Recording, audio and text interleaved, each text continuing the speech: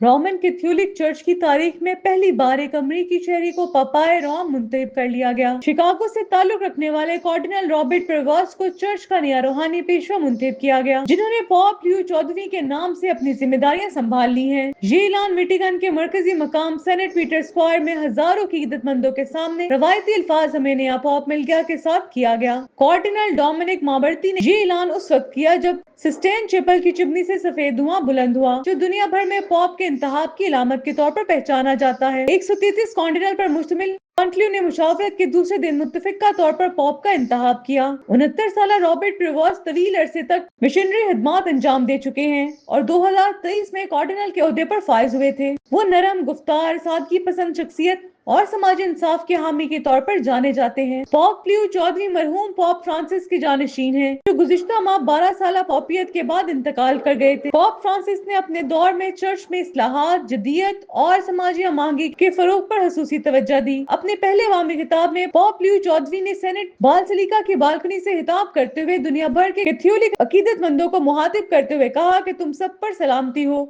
जो इनके अहद के अमन, मोहब्बत और यकजहती पर मबनी तरजीहात का आकाश है। माहिरीन के मुताबिक पॉप लियो 14वीं का इंतखाब एक तरफ पॉप फ्रांसिस के इस्लाहाती विजन का तसलसल है, जबकि दूसरी जानिब ये फैसला दुनिया भर में कैथोलिक बरादरी को दरपेश नए चैलेंजेस से निमटने के लिए एक नई क़यादत का आगाज भी है।